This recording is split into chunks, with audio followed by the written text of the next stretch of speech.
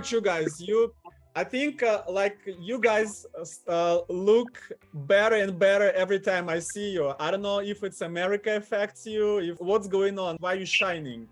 The sun, the weather, the lifestyle. Everything. All right, so these are the faces of people who managed to come to the States through a business visa and start developing here and do great things. Sofia and Zelig, thank you very much, first of all, that you found time to share your experience with probably thousands of people in the future, because a lot of people is going to watch. And I think what's really important for us to share information for those who have doubts or for those who are doing this, but they don't know what awaits them and how they're going to do this and things like that. So it's, in other words, it's to motivate other people to do the same. A couple of questions for you guys, and hope to get the honest answers. With we're open to good things, we're open to bad things, to criticism, whatever it is, just without painting the rainbows, just the real life, right? The real life stuff. Please tell me, Sofia and Zelig, why did you decide to come to the States and do business here?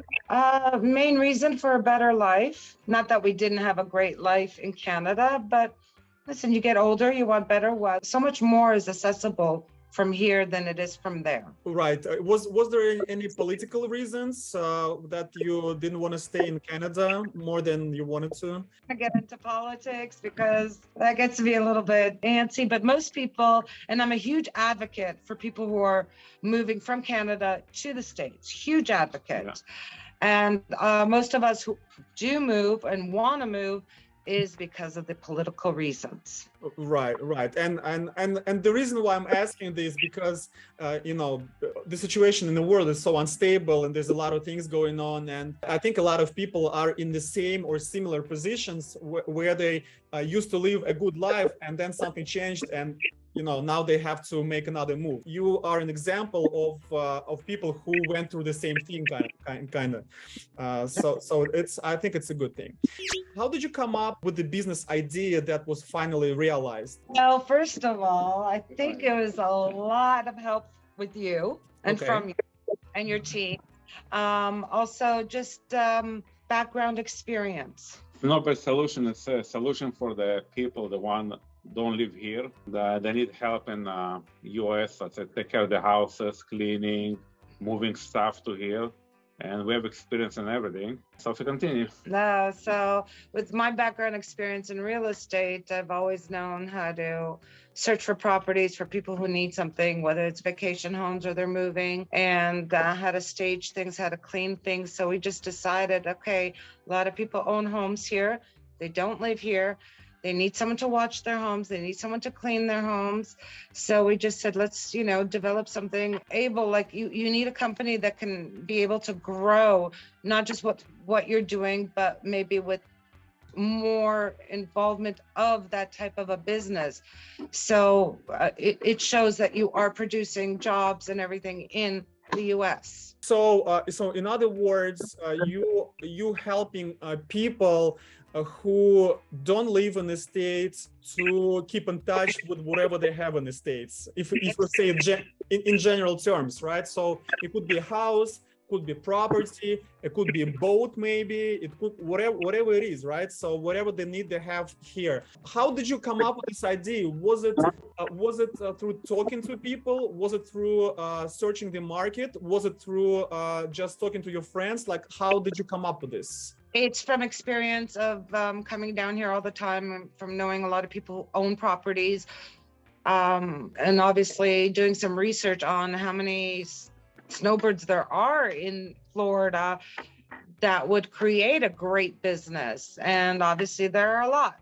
You basically saw the demand for this type of services and you created this idea to satisfy this demand. Correct. How did you start the actual company? What was the method of doing that? Oh my goodness, that was a while back. I incorporated, number one. get an EIN number, open a bank account, and honestly, you obviously have to have funds for it. It's starting. How did you do that? Did you register the company yourself? No, Stanislav, you did everything. Your whole team did it all. I would never do it myself. I would always use a lawyer to do those things. It's easier, and they know what they're doing. I would screw that up. Easier, faster, and with some type of I won't say guarantee, but with a high rate of success. Let's put it this way. All right, very good. When you start looking for attorney to implement your idea, first of all, I would only use an attorney from a referral, and I was referred by a friend who's also used you. And that would be the only way I would go. I'm sorry. There's no other way but a referral. In the Russian language, there's this there's saying, it's like fork. I don't know how to translate, like fork chain or something like that. When like you transmit information from a person to person, right? Right. So and of course you want to get the referral from a person who already used the services, right? So you don't want to risk your life giving it to someone whom you don't know what's going on with that person, right? And there is a logic behind it. And I have referred many people to your firm because I believe in you and your service. That's what we do. We bring you the results to people. There's no other way around it. Yeah. Can you please share your experience when you worked with my team? How was the communication? How did we communicate?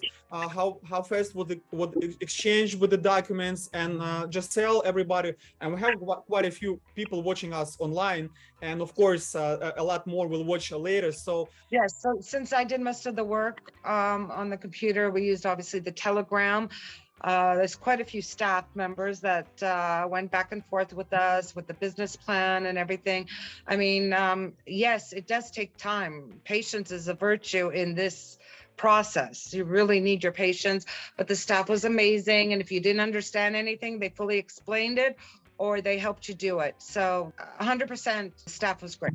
What was your biggest challenge in the developing of this case? I don't know if it was such a big challenge. I guess getting all the paperwork and documents ready, searching for it, because you have to go back many years.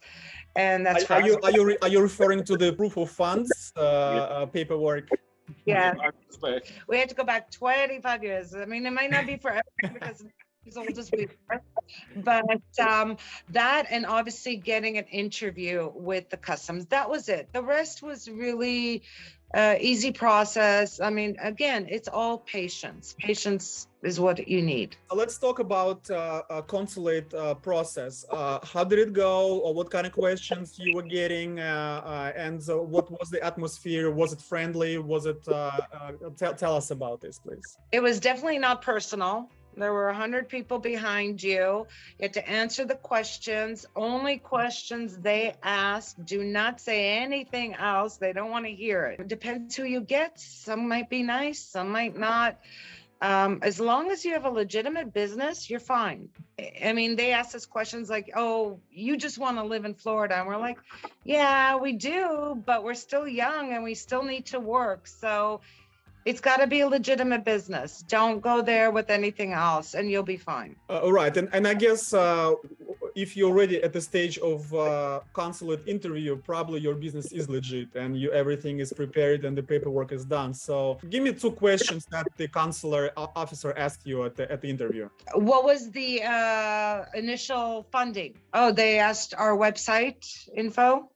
Mm-hmm. If we website info is pretty much everything that's in the business plan, they can ask you. So the best advice in this case would be to really know what's in the business plan, really know how business is going to work, and the amount of money spent, the future, the forecast for the income and stuff like that.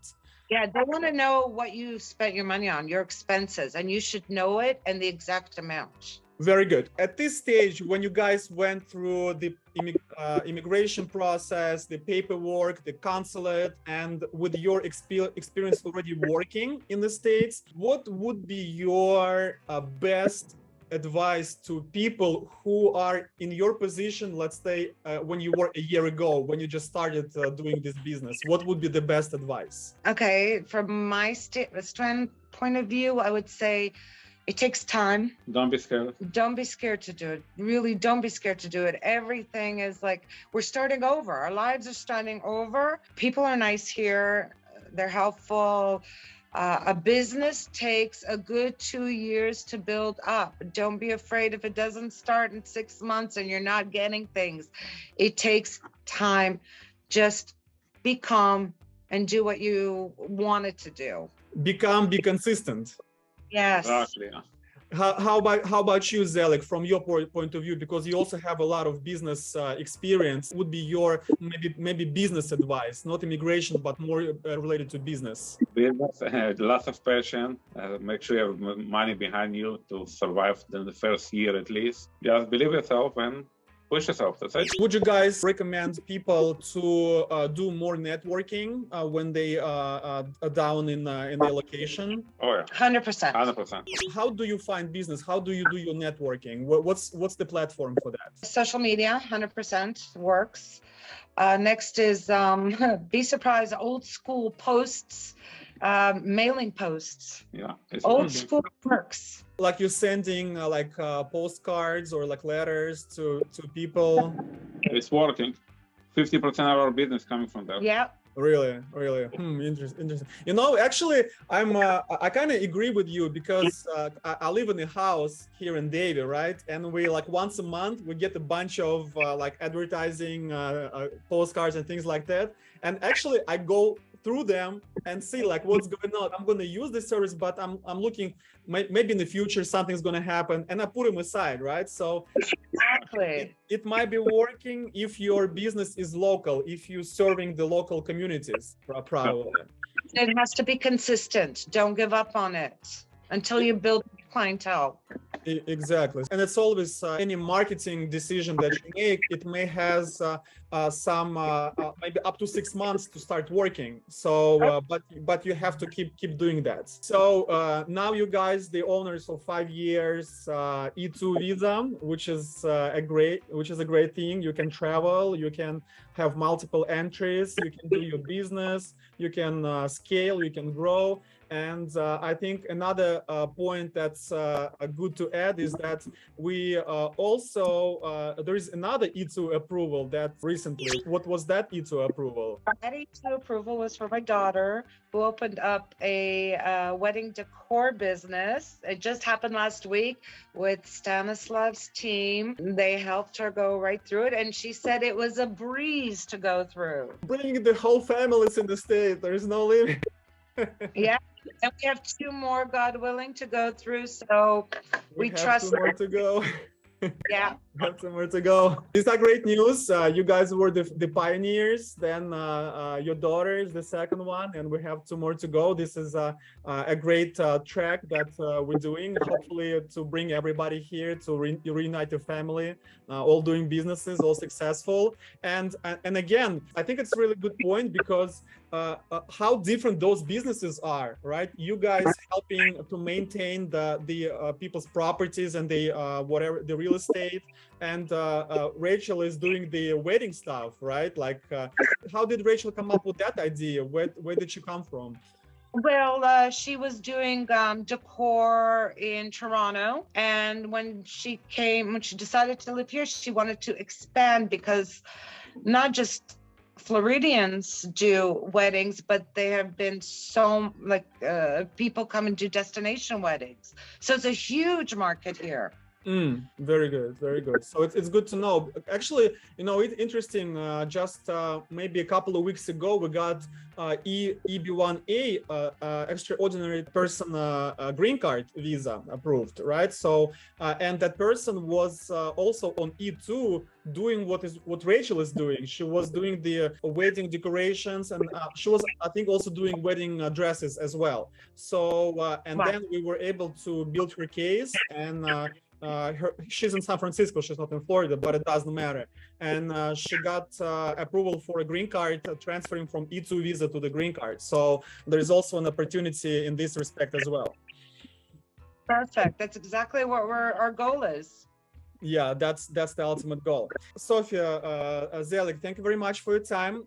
What are the last words? What are the last words for people from all over the world? Because we have people from Africa, we have people from China, from India, from Chile, from Australia. What would be your last word for all these business people in the world who want to come to the States? Don't be afraid to live your dreams. It's amazing here. We love it. You took my words. Well, there you go. The US is the best country. It's the deepest market. There's people with money. There's a lot of things to do. As long as you know what you're doing, as long as you're persistent and you keep doing that, there is no way not to be successful. These are the final words. All right, guys. Thank you very much for your time. I really appreciate it. I wish you luck. I see you growing. I see you scaling. I love to see my clients succeed. That's so close to my heart, and you guys are great, and you're a great example to everybody in the world to do the same thing. You're the ones who's gonna bring motivation to those people. Thank you very much. Thank you. Bye, guys. Good luck, everyone. All right, and have a good weekend. You too. Bye-bye. All right. Bye-bye. Bye.